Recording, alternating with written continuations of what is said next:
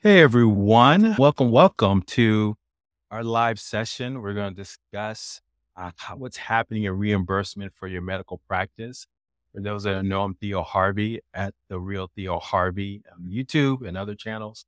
Would love to talk to you about doing these more often, these live sessions where we'll do lunch and learns and other things to educate you on what's happening in healthcare right now and what's going to be the new normal. So we're going to get right way straight into it. So if you have any comments or questions, we'll be monitoring everything and so that you can get a sense of what's happening. And please ask away as I go through this session today. So thank you for your time. I know your time is extremely valuable, so don't take it lightly. You had time to spend with us a few minutes. So let's get into it. So today we're going to talk a little bit about the remote care reimbursement changes for 2024. The physician fee schedule recently came out, for those that don't know, and this is something that happens every year. This is something that affects every healthcare practitioner out there, and there's a lot of changes that happen. For this specific lunch and learn, we'll talk a little bit about the specific changes around remote care. So we'll talk about that in a second. Again, the goal today is to discuss the proposals released by the Centers for Medicare and Medicaid Services, and they released them this summer in July. Give you a sense of that. Typically gives everyone time. It's about 6 months because in December, the final rule comes out to make recommendations, questions, send out proposals. We'll talk about that process as well.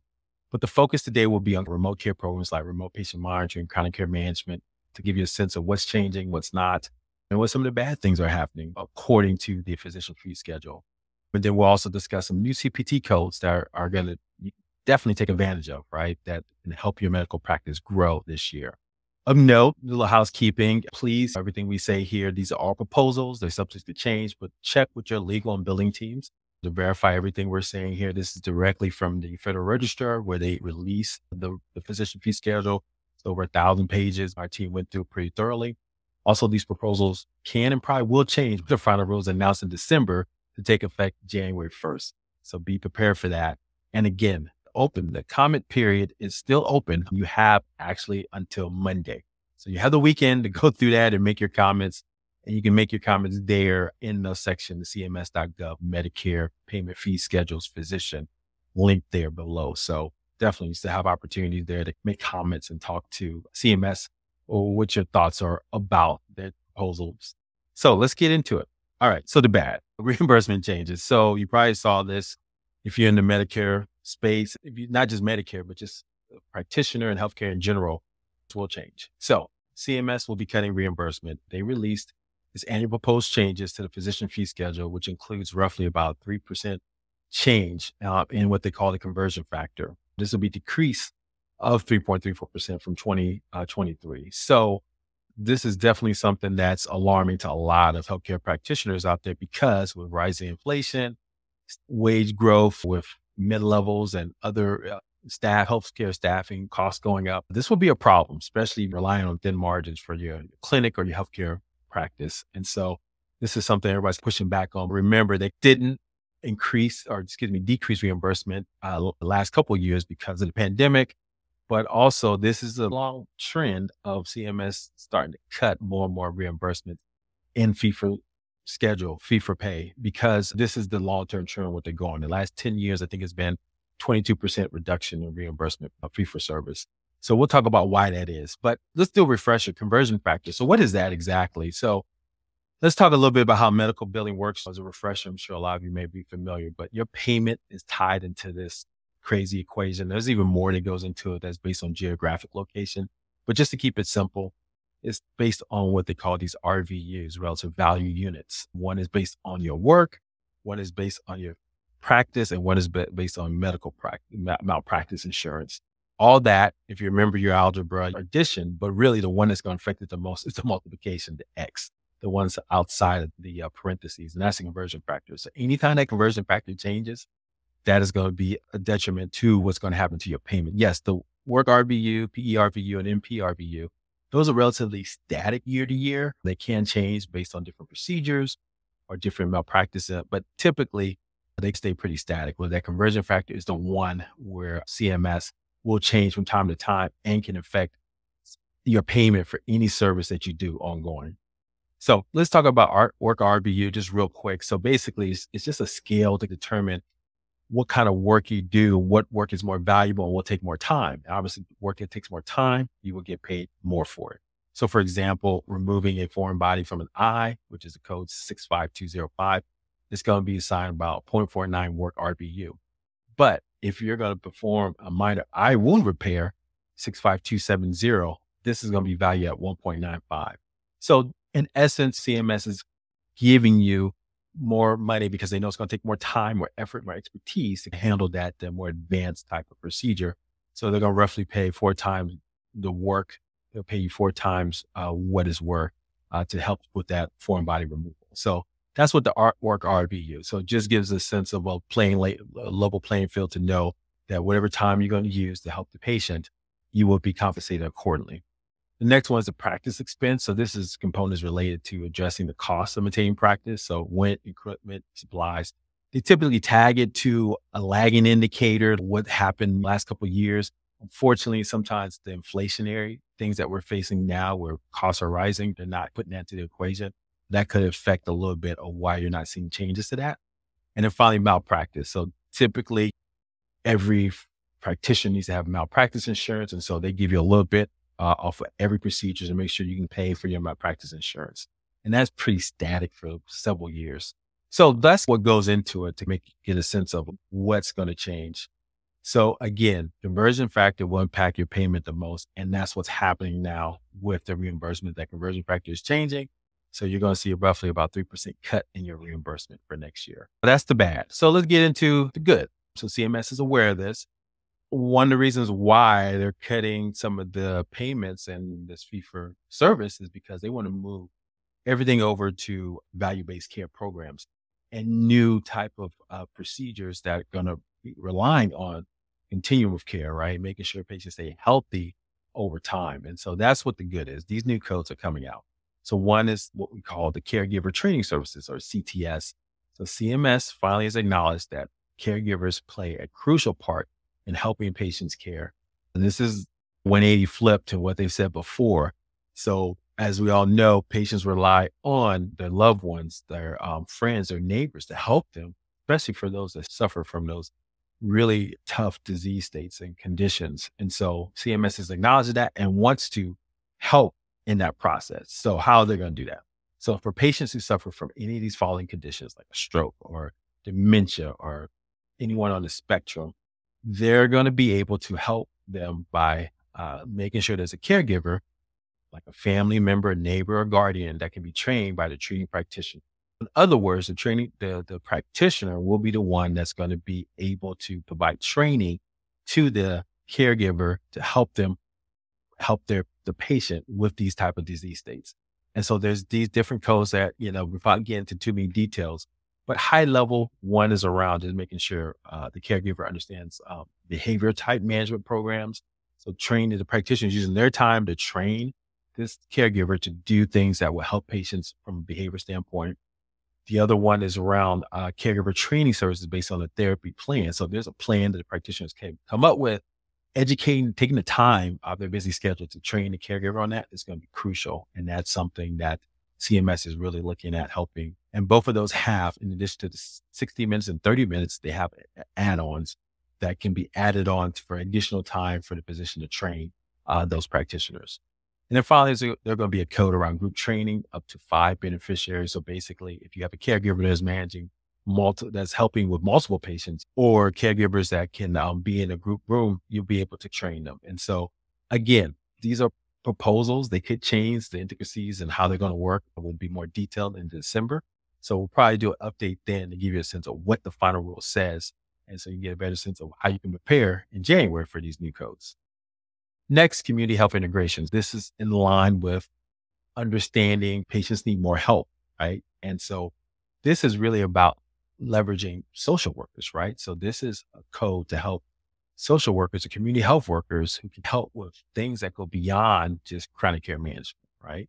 The unique thing about this code is that this will be an add-on to what you're already doing with maybe remote patient monitoring, RPM, or CCM, chronic care management. So this community health integration piece will be helping with things like social determinants of health. taking time to understand a patient's personal history, customizing health education to fit a patient's context, thinking about multilingual support, things like that.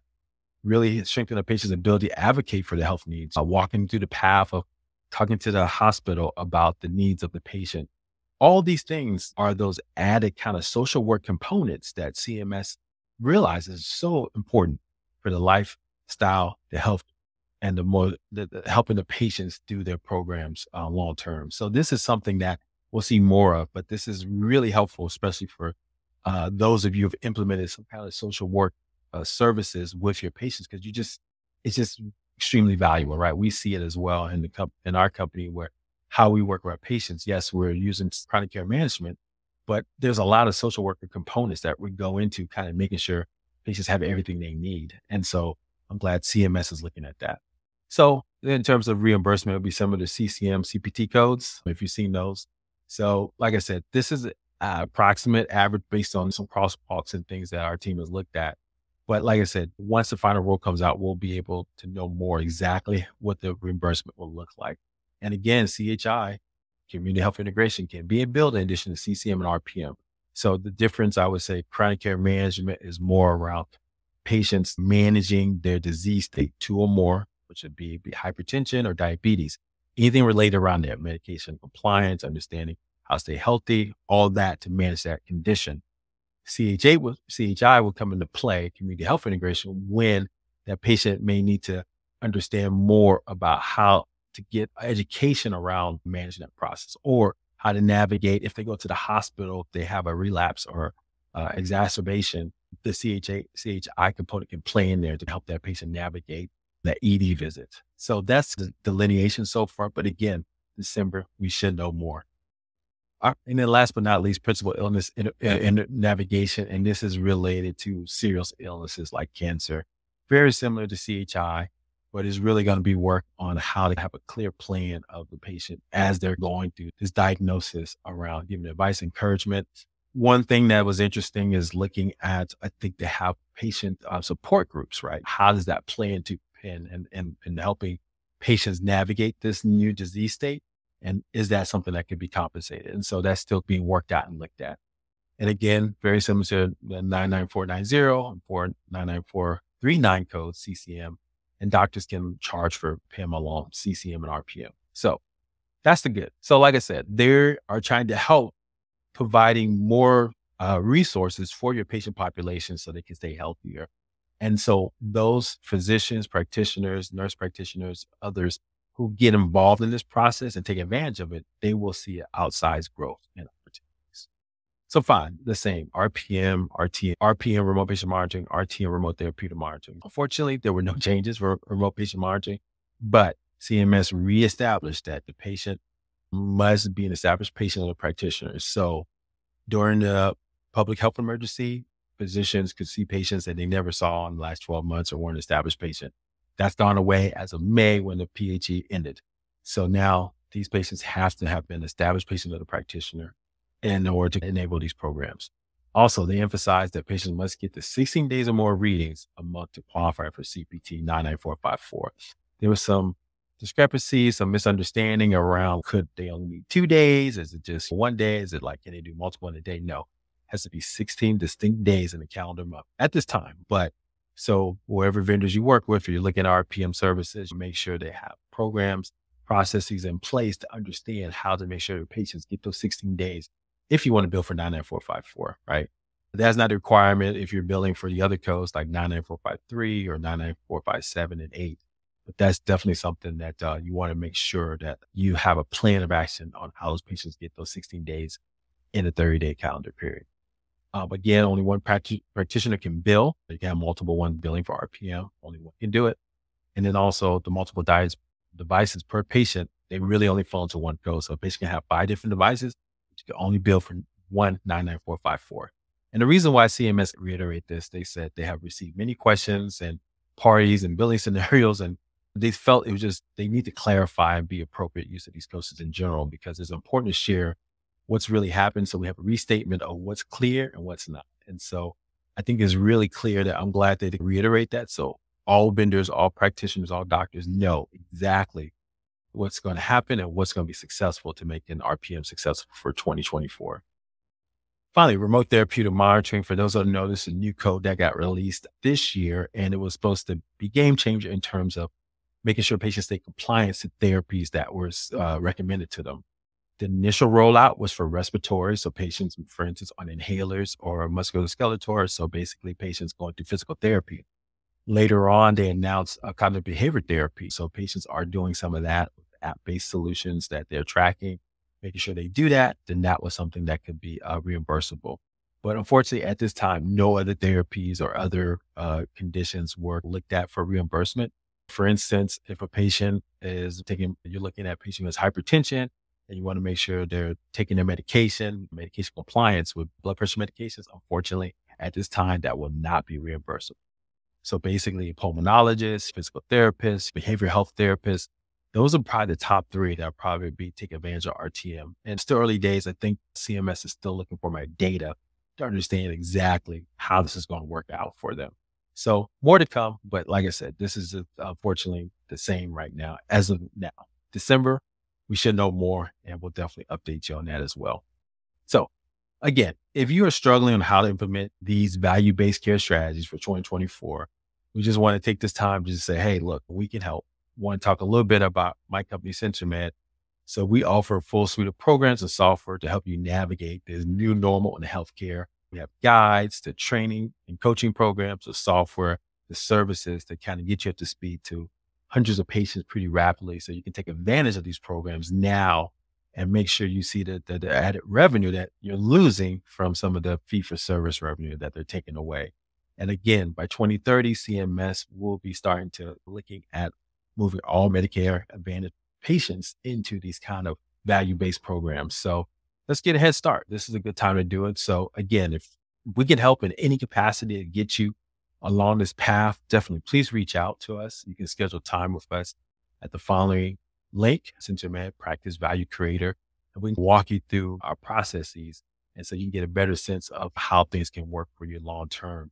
At the end of the day, our goal is to make sure that do the best you can with your patients and making sure you can have the best success, all the things that you're doing with your patients. Again, our hope here is to make sure you get the best training and learning over time around these new programs. So be on the lookout for more lives in the future. Also, we do monthly webinars to give you up to date and the latest and greatest. So again, if you have any questions, please let us know, reach out to us, but we'd love to hear from you. Once again, I'm Theo Harvey. Thank you for your time, and we look forward to working with you in this new normal of healthcare.